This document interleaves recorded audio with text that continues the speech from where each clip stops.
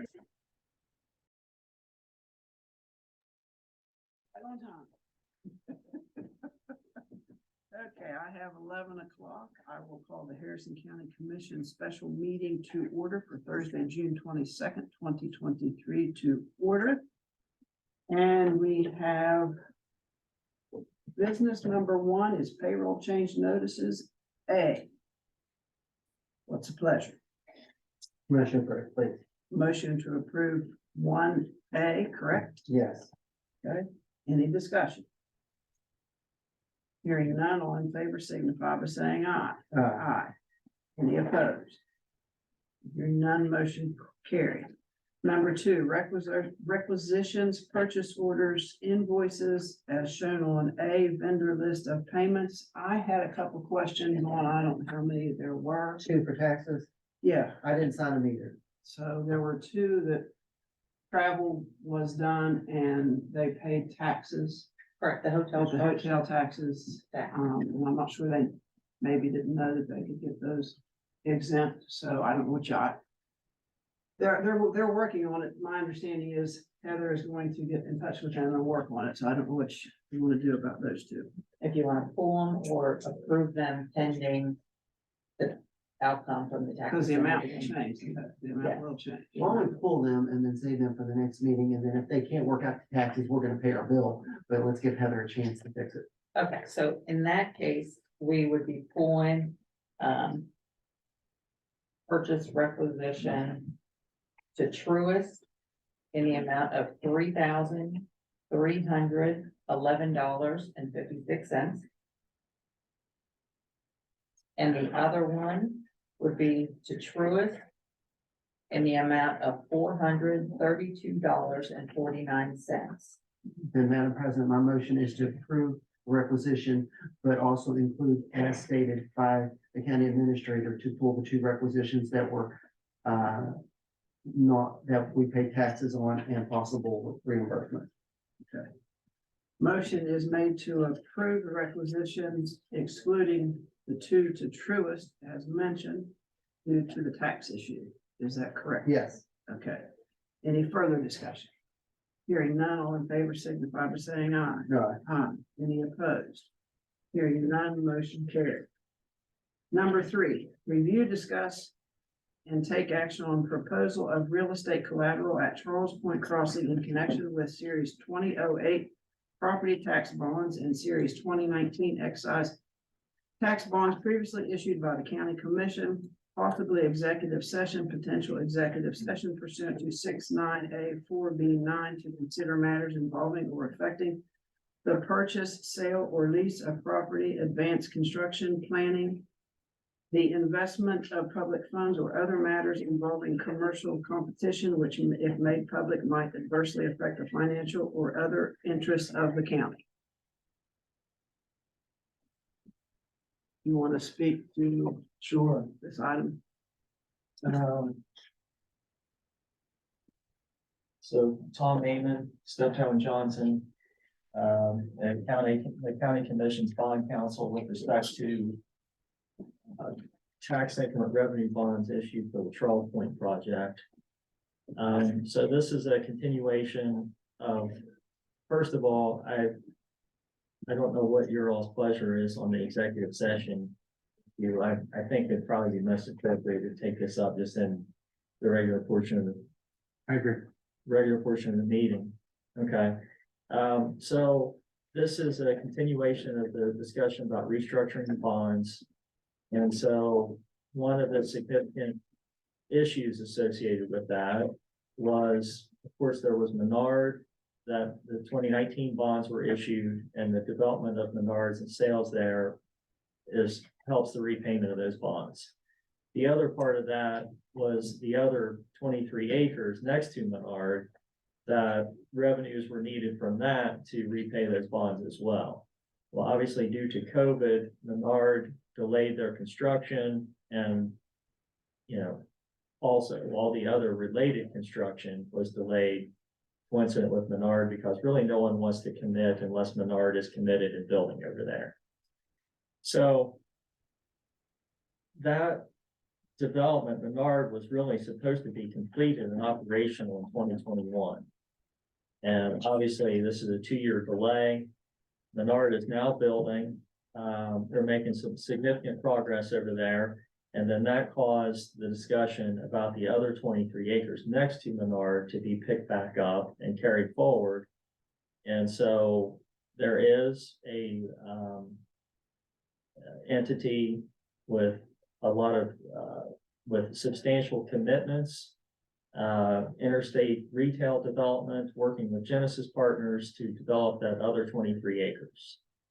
And so a group consisting of city, county, developer, bond trustee, and other parties have been having discussions about the overall restructure and what's necessary to move the project forward.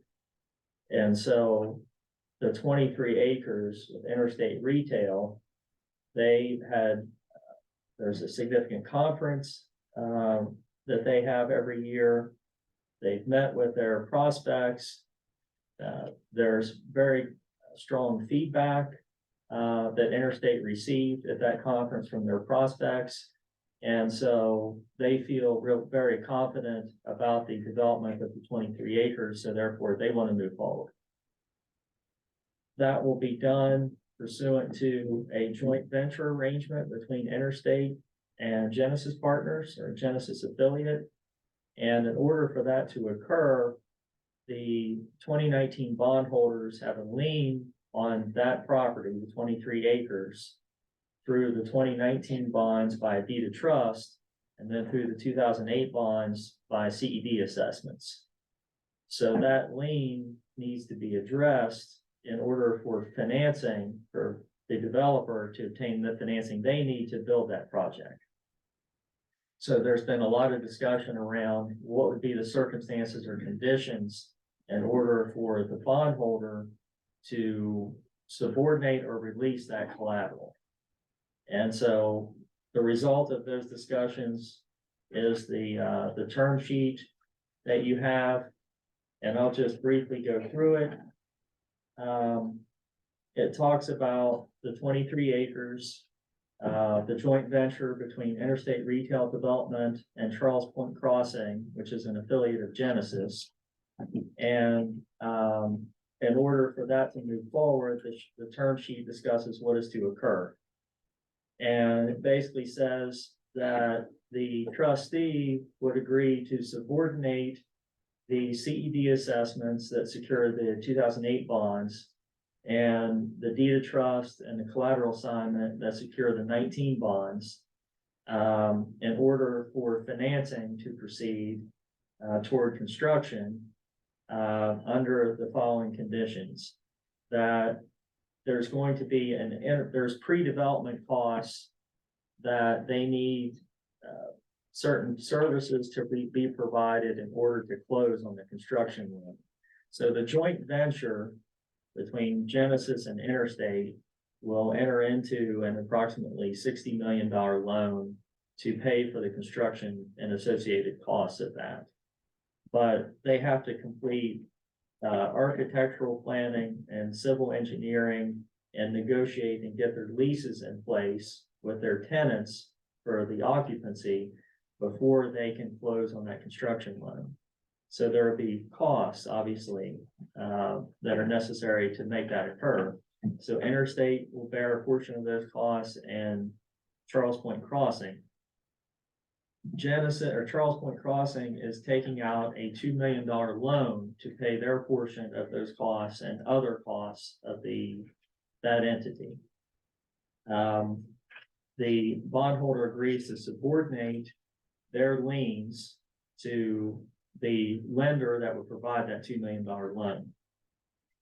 And then that will allow the architectural, the civil engineering, and the attorneys to get everything in place that the bank, that the construction lender is going to require for the construction loan. The trustee wants an intercreditor agreement with that $2 million lender. Proceeds of the interim loan would be used in part to pay the costs that are reflected in attachment B.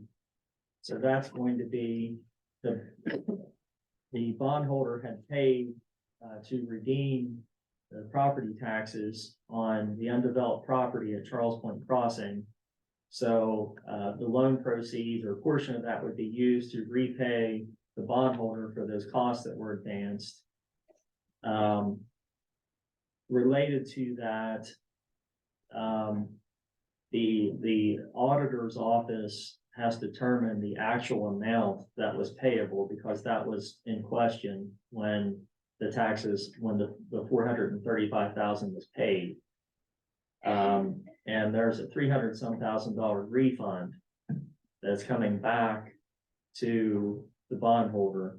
So that will be netted out, and the remaining amount will then be paid by Genesis to reimburse the bondholder for that cost. So, 100-some thousand roughly.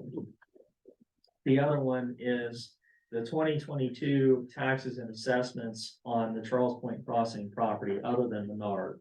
Menard owns their tract, so they cover their own taxes and assessments. So that's already been handled by them.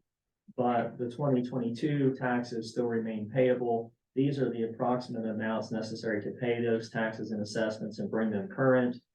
And the loan, portion of the loan proceeds will be used for that. Number 4, there would be no further loans on the Charles Point Crossing property that would use that property as collateral, other than the construction financing that the JV, the joint venture would enter into that I mentioned, the 60 million approximately that would construct the improvements.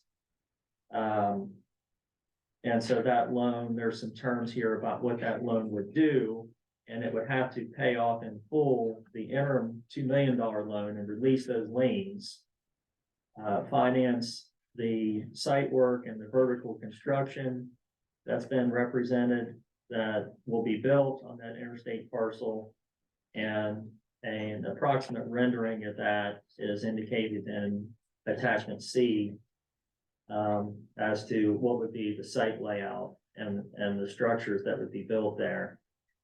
And so at that time, when the joint venture is ready to close on that loan and deliver that construction and site work, the bondholder agrees to release their lien or liens on the Charles Point on the interstate parcel. Entering to that, there would just be a subordination. The subordination would then turn into a full release at the time of closing on the construction loan to deliver that development. We've talked before about the joint venture between Interstate and Charles Point Crossing. There obviously at certain milestone benchmarks that are met, then monies can be paid out of that joint venture to the investors, which are made up by Interstate and Charles Point Crossing. So the agreement would provide that, or provides that 25% of those revenues that would otherwise come out and be payable to Charles Point Crossing would instead be paid to the bond trustee and be used to either pay CED assessments if there's assessments due and payable, or to pay down and redeem the property tax bonds.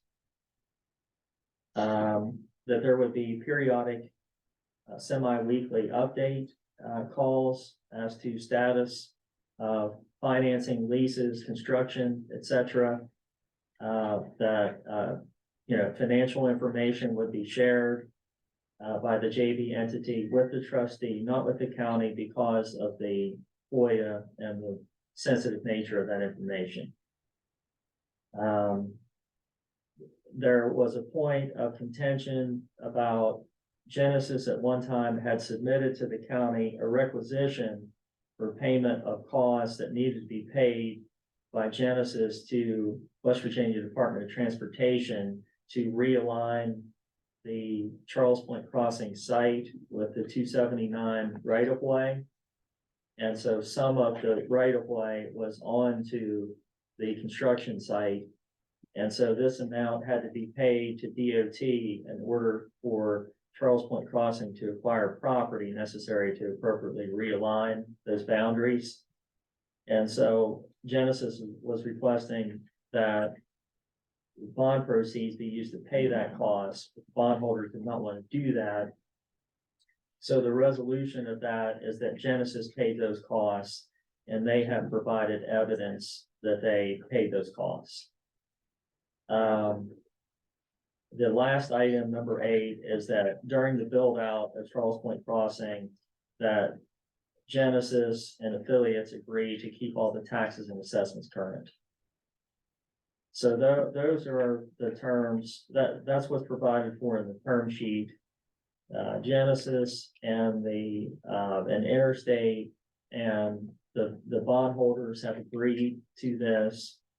And so because the county commission is the issuer of the bonds, and this involves subordination and ultimately release of collateral for the bonds, it's really appropriate, and also was requested by the bondholder that the county be involved in approving this as well. And so this would be the last step. If the county wants this interstate development to move forward along the lines discussed here, then approving this term sheet would allow that to occur. Madam President. Just to make this much more simple, even though what you did is very difficult. $2 million is going to cover the architectural fee and the engineer, Yes, which then in turn will allow Charles Point Crossing to then negotiate with the bondholders and receive the money necessary for the construction. yeah, Okay. yeah, So what we have is a joint thing between Genesis, Interstate, Charles Point Crossing, but it all starts with the $2 million for the engineering and the architectural fees, so that the bond money can come in play, so that the land can be developed and the construction can begin for the new opportunity here in Harrison County. absolutely correct, with one caveat that the bond money will not be involved in that construction. It would be a private loan that the Okay. JV would enter into. That's what okay, sorry. Yeah, I actually meant that. I'm sorry. When does requisition 36 and 01, where do they fall into this? so 36 and 01, the total of those two, a portion of it was to draw the remaining monies in the project fund for the bonds. And then the remainder necessary to pay the 88,000 from the construction contingency fund from the bonds. The county had approved those requisitions for submission to the trustee for payment from those funds, but the trustee declined to do that and instead required that Genesis, the developer, pay those costs, which is represented in the term sheet, and Genesis has paid those costs. Right. And so that particular item is resolved and done.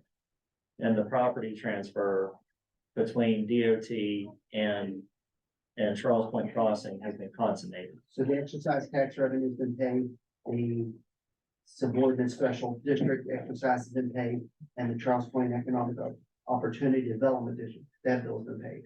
So when this $2 million loan, the subordination is needed for that loan to close. And then from that 2 million loan, those costs that you're mentioning would be paid Yes. Oh, the 2 million, out of the 2 million. and they're gonna pay those other items. But, I'm just gonna bring it up. Who's paying you? Currently, no one is paying me. Our firm is currently, has incurred costs and expenses of over $200,000 relating to this restructure effort. That, we would really need to get paid in order to, I mean, there's been a lot of work to get this to this point, and if you all want to approve this and have Interstate move forward with that development, those would be significant milestones. And so we're happy to have taken the work to get it to this point. The path forward from here is going to require really a discussion about a 15-year extension of the property TIF district and working with a lot of parties to try to allow that to occur. And we just can't continue to invest the time that it takes to explore that without getting current on the work that we've done up to this point since the spring of 2021 with respect to this. Madam President, motion to approve the term sheet as presented for the subordination of the bond collateral at Charles Point Crossing to allow Interstate Retail to develop and proceed, please. Motion's been made to approve the term sheet relating to Interstate Retail Development Subordination as presented. Did I get that correct? Okay. Any further discussion? Yes, ma'am. On item 3, I'd like Mr. Treehouse to explain why we would approve with that in the agreement. Mr. Raymond, please. I'd your like question. for you to explain it for me, Pastor. What did You I- made the motion to approve. I want to know how you feel about number 3 on attachment A.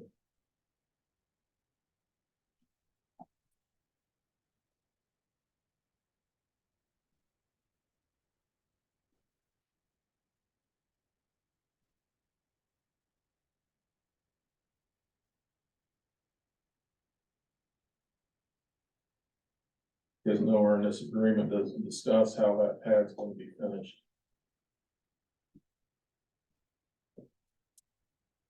Nowhere in this agreement does it discuss how the developer's going to finish the 3rd pad.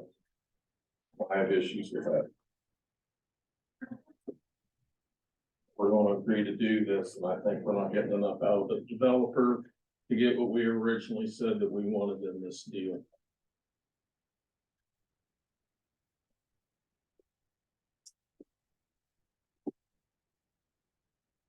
And it's affected our tax revenues going forward, because the property has not been developed. It's costing the county money. So I'm just trying to understand our position. I know we've all heard this, but it's the first time that we can truly discuss it. And this issue bothers me that we're going to agree for something that's not there. And I've talked this over with Tommy, and he knows how I feel about it. But there is no place to put them on health system.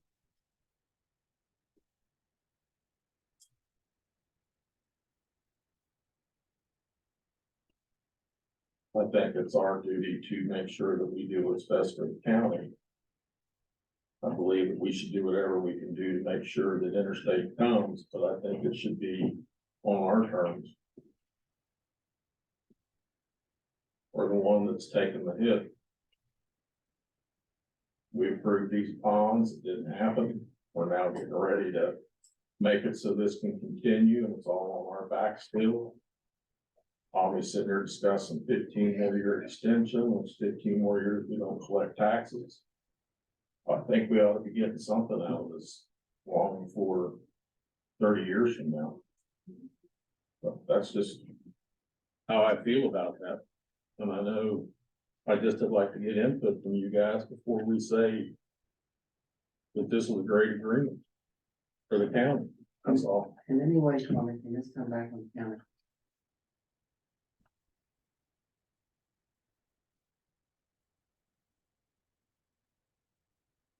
No, No, thank you. not anything I can think of. Anyways, And if it wasn't for this TIF district, it White Oaks, at Charles Point, which then generated a TIF district that White Oaks was now generating a TIF district at the airport, we would still have a capital that generated zero revenue for us, correct? If this hadn't been built, we would still have cows on land that generates nothing for the Harrison County citizens. And yet right now we have hundreds upon hundreds of jobs of people spending money in Harrison County, living in Harrison County, educating their children in Harrison County and all through north central West Virginia. Yes or no? That's correct. And with this opportunity that we're talking about potentially another 500 jobs and between 150 and 200 million dollars worth of sales taxes going into Harrison County, and with a 1% tip, with what 1% home rule percentage going to the city of Bridgeport, and potentially another 1.5 to $2 million a year. No, sir, don't, that's. That is a fact. No, That is a fact. gonna He's pay, asking Mr. Raymond the question, if Okay. you can answer. Because that money is in a TIF district, which we through home rule have approved 1% sales tax for the city of Bridgeport. That is exploding in one of the top 10 country cities in this nation, not in north central West Virginia, in the nation. Per USA Today. I didn't know that, actually. That's Yeah. pretty awesome. Yeah, it is awesome.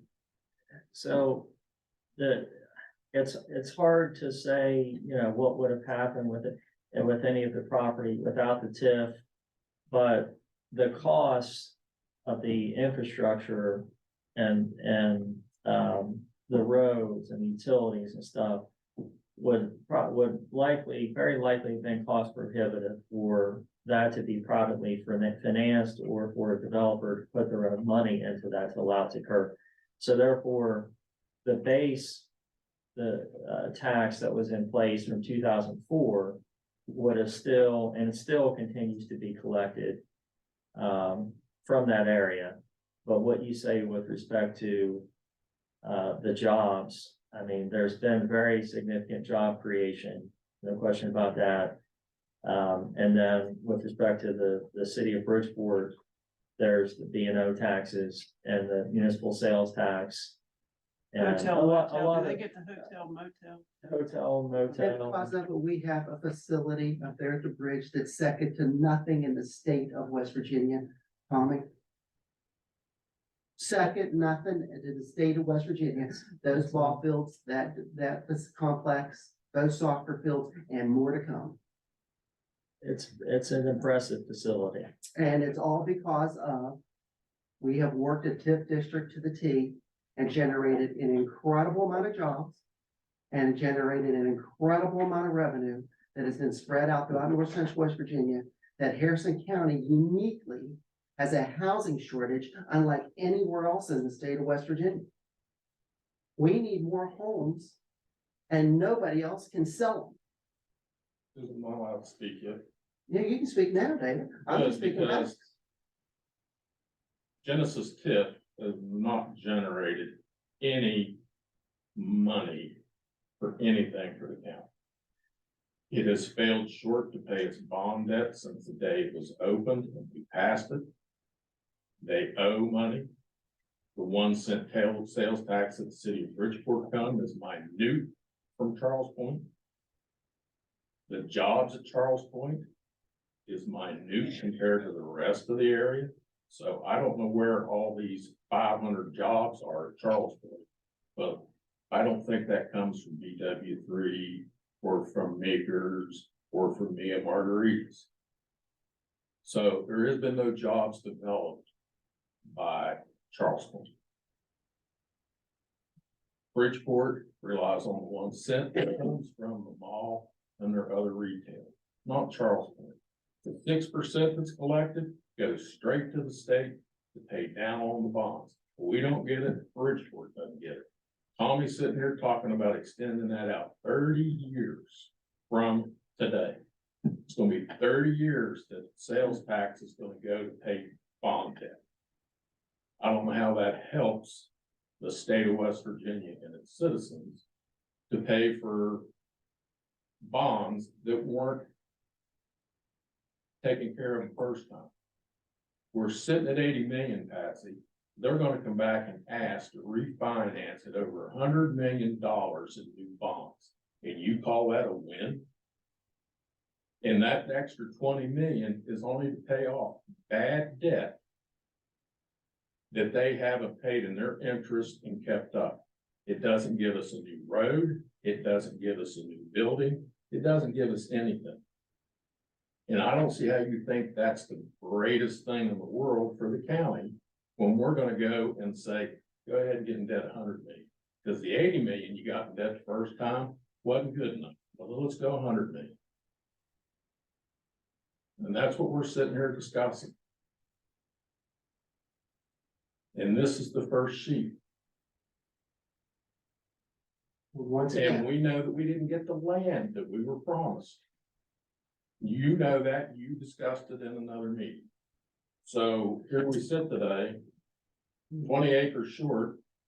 Tommy's gonna come back in another month and ask to take this thing to 100 million. and once again, I want to remind us of the hypocrisy on this bench from all of us, me included, that while you see no benefit in generating jobs at the places you named, which I do see the benefit of, we did do the exact same thing on the corner of Washington and Third Street for $30 million of debt that generated 0 jobs, whether they're at BW3s, the conference center, or at Mia Margaritas, or wherever else you want to go. So wait, I'm All talking right, now. keep going. So let's not talk about the hypocrisy of wasting money and building office space in a time when office space is going away. We didn't create any roads and we didn't create any jobs. So what at least they're doing is attempting to create infrastructure where the potential is unlimited and the most valuable piece of property in North Central West Virginia on 279, as stated by you several times because of the wonderful airport project that I am proudly to say we have going on as a commissioner. So we've got to be careful of our hypocrisy here because Menard itself in Monongalia County has generated 225 jobs. So we are less than 18 months away from 225 jobs here in Harrison County for money to be spent here in North Central West Virginia. So yeah, I do see the benefit of it. And I also see the hypocrisy here of what we're talking about because of this, we're making this personal instead of business. No personal to it, Patsy. It's strictly business. But I will call the I'm all, question. I'm all, I'm all for this. I just want to make sure that we are getting what we, the county deserves for what we're agreeing to. We are getting what everybody in the state of West Virginia wishes they had. And that's growth. And everybody wishes they had 79 and Route 50 running through the heart of them like we do. And everywhere you look right now in our county, there are flaggers flagging because we are moving dirt everywhere. And that is a sign of progress because every time we flatten a piece of property here in Harrison County, something is developed on it. And something developed means jobs and money spent in our county and throughout our region. Call the question. Madam Yes, President. we have a motion on the floor. All in favor signify by saying aye. Aye. Any opposed? Hearing none, motion carried. Motion carried. Motion to adjourn. All in favor signify by saying aye. Aye. Any Aye. opposed? Then we didn't have commissioner comments. On the agenda.